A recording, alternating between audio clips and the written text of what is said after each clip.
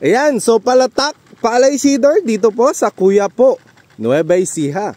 So 1 hektarya po ito na papalatakin. Ngayon, medyo umuulan nga lang po. Pagka po tumila, ayan, itutuloy po nila.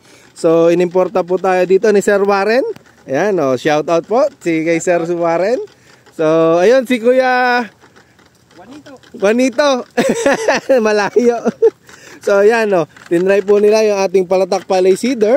So yung binhi po nila ay RC627, 65 to 75 days ang maturity. So napakaganda po nung linang po nila, na kung mapapansin nyo, yung after nating palatakin, ayan, natabunan na po yung mga binhi na pinadaanan nung palatak. So mas matibay po yan kapag po inuulan. So hindi rin po siya makakain ng ibong kasi natatakpan ng putek. So dito lang po yan sa Kuya po, Nueva Ecija. Kuya Juanito, thank you po.